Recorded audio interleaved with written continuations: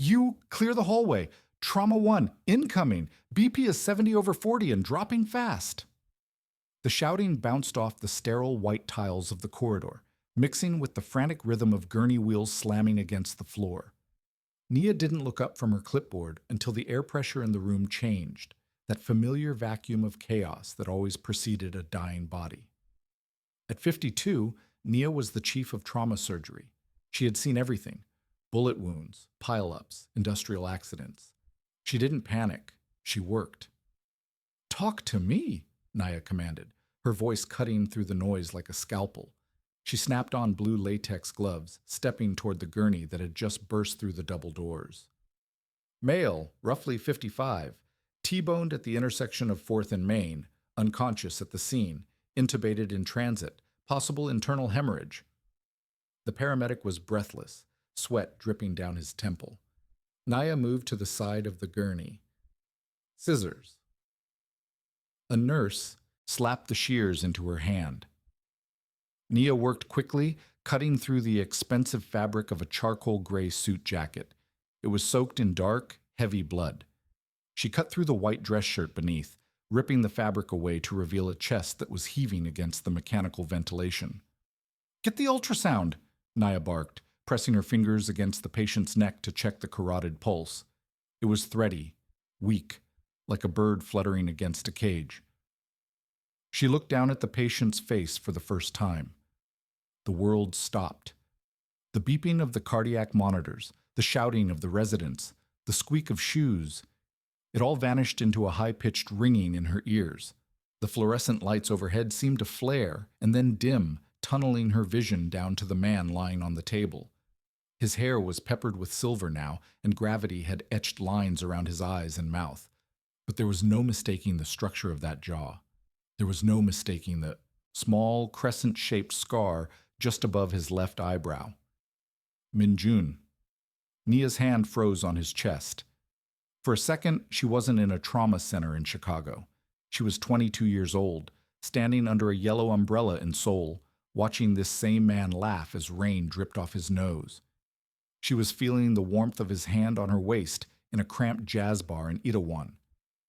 "Dr. Nia?" a resident asked, voice trembling. "Doctor, his pressure is bottoming out." The voice snapped her back. The monitor screamed a flat, angry tone. "Fib. Charge the paddles," Nia yelled, the professionalism overriding the shock, though her heart was hammering against her ribs like a sledgehammer. "Clear." She pressed the paddles to his chest. Her body jerked with the discharge. Nothing. The line remained flat. "Again. Charge to 200. "Don't you dare," she thought, her teeth clenched so hard her jaw ached. "Don't you dare die on me now. Not after 30 years. Not like this."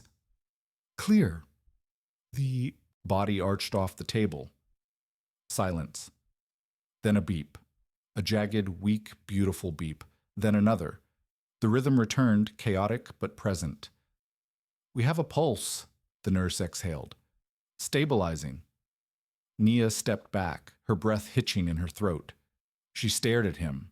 He was unconscious, a tube down his throat, wires taped to his skin, bruised and broken. But he was here. Min-jun was here. She looked at her hands. They were trembling. Nia hid them behind her back, her eyes watering. She turned to the attending physician. "Take him to OR 2. Ruptured spleen, likely liver laceration. Fix him." "You're not scrubbing in?" the attending asked, surprised. Nia was the best surgeon in the state. She never passed off a critical case. "No," Nia whispered, her voice cracking. "I can't." She couldn't operate on him. If her hand slipped, if she lost him, it wouldn't just be a patient dying. It would be the death of the only ghost that had haunted her for 3 decades. As they wheeled him away, the doors swung shut, leaving Nia alone in the trauma bay. She looked down at the floor. Amidst the discarded medical wrappers and cut clothing, something had fallen out of his suit pocket. It was a wallet, old, worn leather. Nia crouched down and picked it up. She shouldn't open it. It was a violation of privacy. It was unethical, but her fingers moved on their own, driven by a hunger she thought she had starved out years ago. She opened the wallet. Inside, there was a driver's license, Min-jun, an address in Seoul, and a temporary one at a nearby hotel.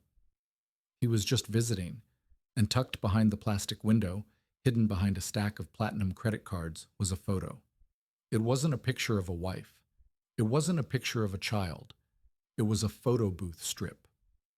4 grainy black and white squares. A young black woman with braids laughing, her cheek pressed against a young Korean man making a silly face. Nia let out a sob that sounded like a choke. It was her. They had taken that photo in 1994, 3 days before his mother told him that bringing a black woman home would kill his father. He had kept it. For 30 years, through marriage, through careers, through oceans of distance, Min-jun had carried her face in his pocket. Dr. Nia? A nurse peeked her head in. The family's here. Well, his emergency contact. A daughter. Nia snapped the wallet shut, sliding it into her lab coat pocket. She wiped her eyes quickly, putting on the mask of the stoic doctor. Send her to the waiting room, Nia said, her voice steel again. I'll update her. But as she walked toward the surgical wing, watching the light turn red over the operating room door, Nia knew the surgery was the easy part. The real wound was about to be opened, and she wasn't sure if either of them could survive the bleeding this time. She thought seeing him dying was the worst part. But she was wrong. The worst part was realizing he had never really let her go. The coffee in the waiting room was burnt, acidic sludge, but Nia drank it anyway. She needed the bitterness to ground her. It had been 6 hours since Min-jun came out of surgery. He was in the ICU, stable, sedated, a machine breathing for him. Nia sat in the corner of the darkened room, watching the young woman pacing near the window. Min-jun's daughter. She looked to be about 25. She had his eyes, sharp, almond-shaped, expressive, but her chin was sharper, her demeanor colder. Nia stood up, smoothing out her scrubs. She had to do this. Miss Kim? Nia asked softly. The young woman stopped pacing and whipped around. Her eyes were red-rimmed, terrified. Is he okay? Is my dad awake? He's stable, Nia said, keeping a professional distance. The surgery went well. We repaired the spleen and stopped the bleeding in the abdomen. He's going to be in a lot of pain when he wakes up, and he has a long road of physical therapy ahead, but he's going to live. The girl crumpled. She sank into a plastic chair, covering her face with her hands. Oh, thank God! Thank God! Nia watched her, feeling a strange ache in her chest. This was the life Min-jun had built without her. This girl was the evidence of the choice he had made. I'm Dr. Nia, she said. I was the one who received him in trauma. The girl looked up, wiping her tears. Thank you. I'm Hana. We were just here for a conference. He's an architect. We were supposed to fly back to Seoul tomorrow. Hana let out a shaky breath. My mom passed away 3 years ago. If I lost him too... Nia felt a cold shock ripple through her. His wife passed away. Min-jun was a widower. I'm sorry for your loss, Nia said, the words automatic, though her mind was spinning. Can I see him? Hana asked. Briefly, Nia nodded. Follow me. Nia led Hana through the quiet corridors of the ICU. The rhythmic whooshing of ventilators was the only sound. When they reached room 404, Nia hesitated at the door. She shouldn't go in. She should leave them alone. But she couldn't. She opened the door. Min-jun looked smaller in the bed, engulfed by blankets. His face was pale, almost translucent under the harsh lights. Hana rushed to his side, taking his limp hand, whispering to him in Korean. Nia stood by the door, a silent observer. She watched the tenderness, the love. It was a beautiful scene. Then Min-jun stirred. His eyelids fluttered. The sedation was wearing off faster than expected. Hana gasped. Appa? Dad? Min-jun groaned, a low sound of pain. His eyes cracked open, unfocused and hazy. He blinked, trying to make sense of the ceiling tiles. He looked at Hana, squeezing her hand weakly. Then his gaze drifted.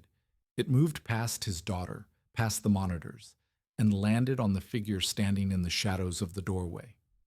Nia held her breath. Min-jun's eyes widened. The haze seemed to clear instantly, replaced by a look of absolute shattering disbelief. He tried to lift his head, but the tubes restrained him. His voice was a rasp, barely audible over the hum of the machinery. Hana looked confused. Dad? What do you need, water? Min-jun ignored his daughter. He stared at Nia, tears instantly pooling in his eyes, tracking down his temples into his silver hair. He lifted a trembling finger, pointing at her.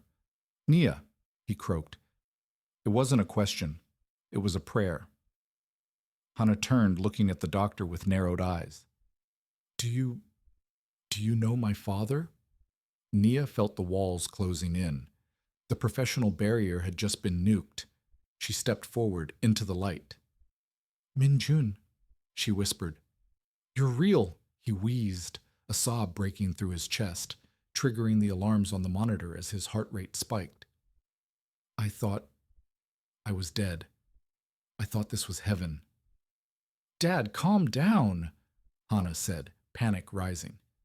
Nia, Min-jun repeated, the desperation in his voice clawing at Nia's soul. Don't go, please, not again. Nia moved to the other side of the bed. She ignored protocol. She ignored the confused glare of the daughter. She reached out and took Min-jun's other hand. His skin was warm. The callus on his thumb was exactly where she remembered it. I'm not going anywhere, Nia said, her voice thick with unshed tears. I'm right here. Min-jun gripped her hand with surprising strength, clinging to her like a lifeline in a storm. He looked at Hana, then back at Nia. Hana, he rasped. This is her. Hana froze.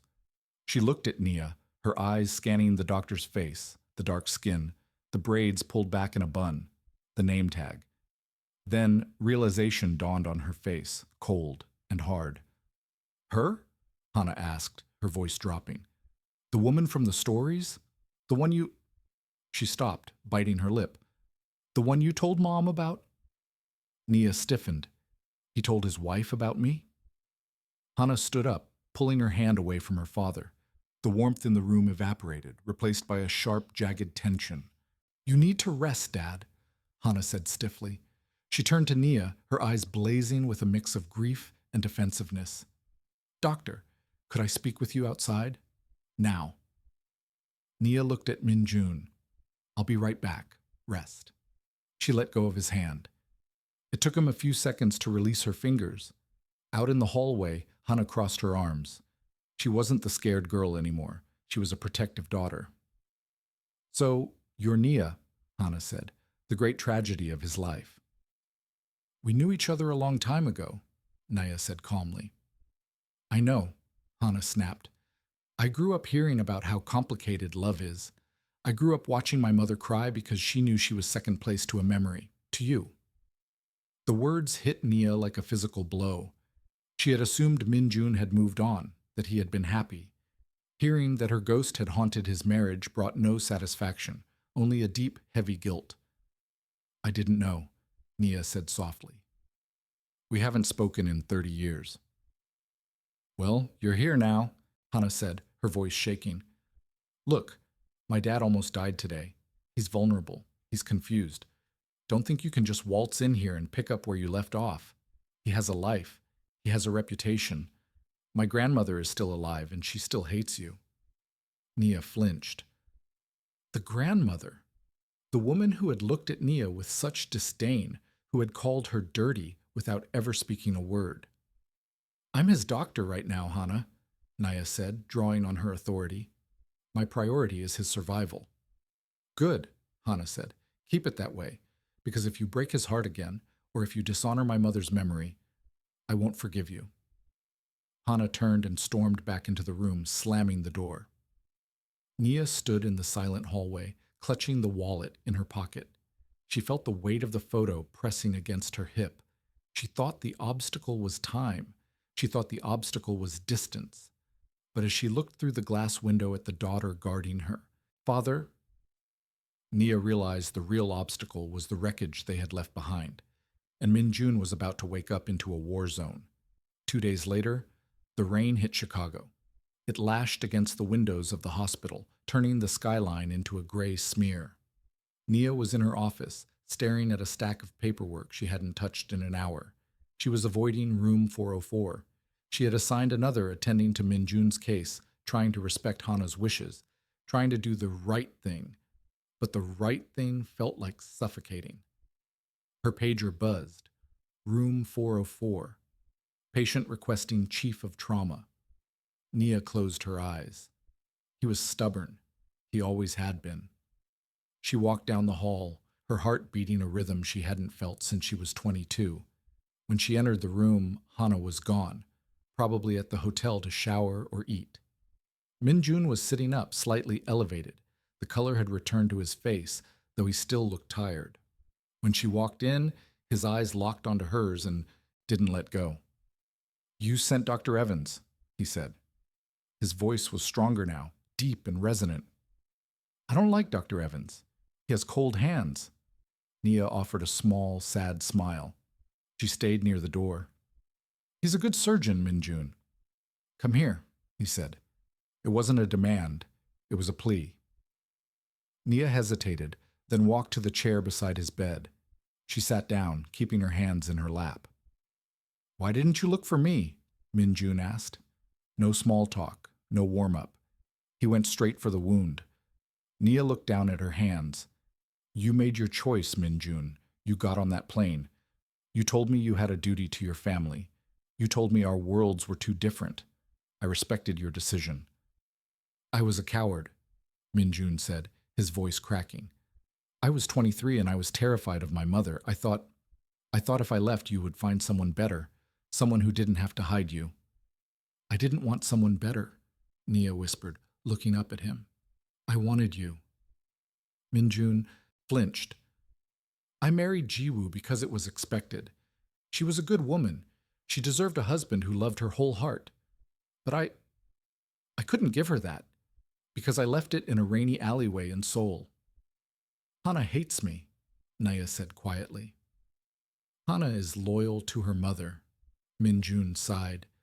"She saw the cracks in our marriage. She blames the woman who caused them. But that's not your fault, Nia. That's mine. I lived a lie for 30 years. He reached out, his hand hovering over hers. "Are you happy, Nia? Did you find someone?" Nia looked at him. She could lie. She could say she had a wonderful husband and 3 kids. It would be easier. It would let him off the hook. "No," she said. "I dated. I tried, but every time I got close to someone, I would compare them to you, and they always lost, so I focused on work. I saved lives because I couldn't save us." Min-jun closed his eyes, a tear slipping out. "We wasted so much time." "We did," Nia agreed. "I have something for you," Min-jun said. He gestured to the bedside table where his personal items were bagged. "My wallet." I have it," Nia said, pulling it from her pocket. "I found it in the trauma bay." She handed it to him. Min-jun opened it, his fingers fumbling slightly. He didn't pull out the photo. He pulled out a folded, yellowed piece of paper from the very back, behind the bills. "Read it," he said. Nia unfolded the paper. It was brittle with age. The ink was faded, but the handwriting was unmistakable. It was dated May 14th, 1994, the day he left. "Nia, I am not leaving because I don't love you. I am leaving because my mother threatened to have your student visa revoked. She knows people in the consulate. She said if I didn't come home and marry Jiwoo, she would ruin your medical career before it started. I am leaving to save your dream. Please become the greatest doctor the world has ever seen. Forgive me." Nia stopped reading. The air left the room. "She threatened my visa?" Nia whispered. "You never told me. You just said you were tired of fighting. If I told you, You would have fought her, Min-jun said, and she would have destroyed you. You worked so hard to get into that program, Nia. I couldn't let my love cost you your future. Nia crushed the letter in her hand, a wave of anger and sorrow crashing over her. He had broken her heart to save her career. He had sacrificed his own happiness so she could be standing here, in this white coat, as the chief of trauma. Every life she had saved in the last 30 years was because he left. You idiot, Nia sobbed, burying her face in the mattress near his hand. You stupid, noble idiot. Min-jun stroked her hair, his touch tentative, reverent. Did I do it, Nia? Did I save the dream? Nia looked up, tears streaming down her face. I'm the chief. I run this whole department. Min-jun smiled, a genuine, radiant smile that took 20 years off his face. Then it was worth it. The door opened. Hana stood there. She held a bag of takeout food. She dropped it. She looked at her father's hand in Nia's hair. She looked at the tear-stained letter. Hana, Min-jun said, his voice firm. Come in. You're hurting Mom, Hana said, her voice shaking. Even now you're hurting her. Your mother is gone, Hana, Min-jun said, not unkindly, but with a finality that shook the room. And I loved her. I was a good father. I was a good husband. But I am done living for everyone else. I am 55 years old. I almost died on that table 3 days ago. He looked at Nia. I'm not letting go this time, Min-jun said. I don't care what my mother says. I don't care what the world says. Hana stared at him. She looked at the desperation in his eyes, the life returning to his face. She looked at Nia, who wasn't looking at Min-jun with triumph, but with a profound, aching gratitude. Hana picked up the takeout bag. She didn't smile. She didn't apologize. I'm going to the hotel, Hana said quietly. I'll see you tomorrow. She walked out. It wasn't a blessing, but it was a ceasefire. Min-jun turned back to Nia. When I get out of here, take me to that jazz club, the one we used to talk about, the Green Mill. Nia laughed, a wet, choked sound. You remember that? I remember everything, Min-jun said. Take me on a date, Nia. Let's start over. Okay, Nia whispered. Okay. But as she held his hand, Nia felt a sudden chill. The heart monitor gave a strange, skipped beat.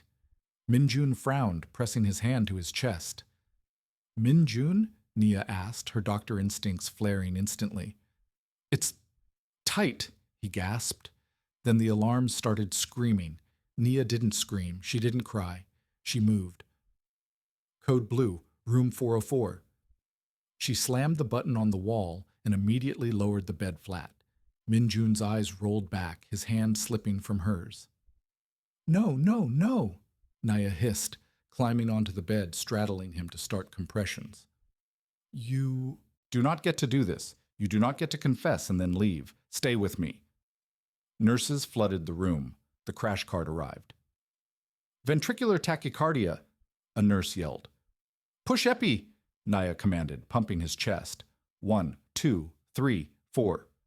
Come on, Min-jun!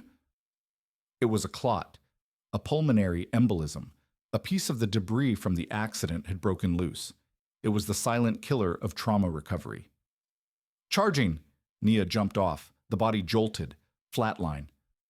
Again! Nia screamed. 300! They shocked him again. And again. 10 minutes passed, then 15. The room grew quiet. The residents stopped moving with urgency and started looking at Nia with pity. Chief, Dr. Evans said softly, it's been 20 minutes. His pupils are fixed. Nia stood over him, her chest heaving, sweat dripping down her face. Her hands were cramping. No, she whispered. He promised. Nia, Evans said, using her first name. He's gone. Nia looked at Min-jun's face. It was peaceful. The pain was gone. The years of longing were smoothed away. She let out a sound that wasn't human. It was a keen, a low vibration of absolute loss. She collapsed onto his chest, sobbing into the hospital gown. He had come back. He had explained. He had cleared the air. And then life, cruel, random life, had taken him.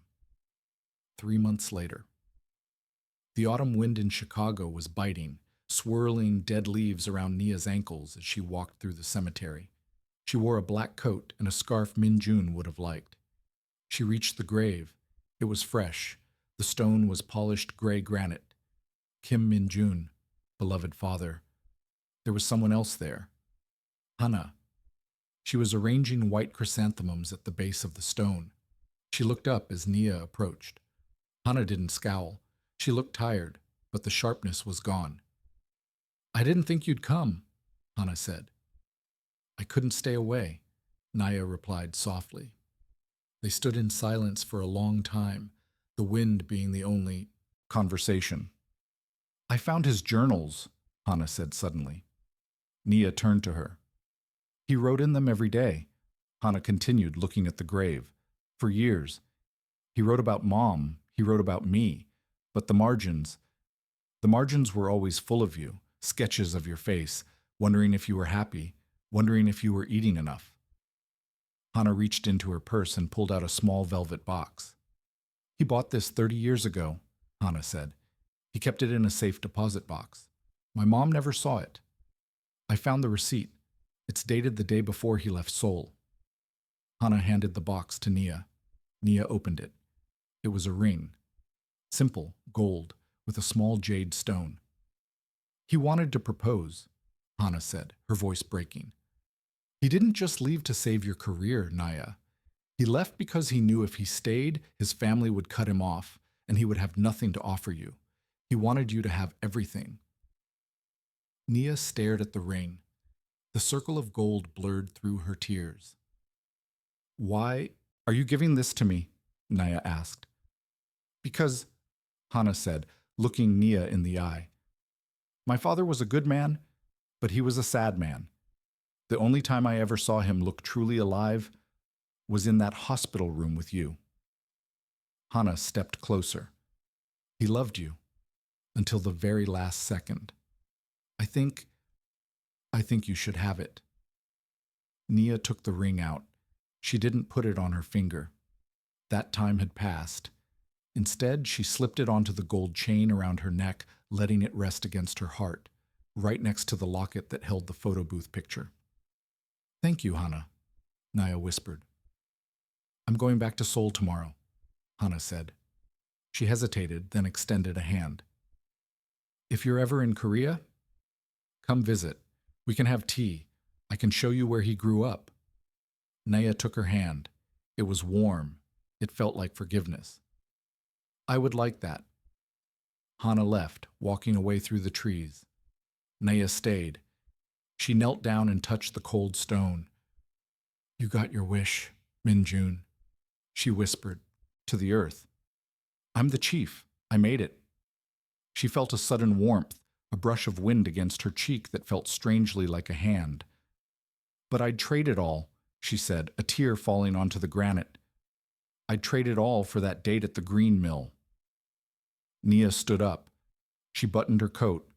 The sun was setting, casting a golden, melancholy light over the city. She wasn't alone. She had his ring. She had his truth.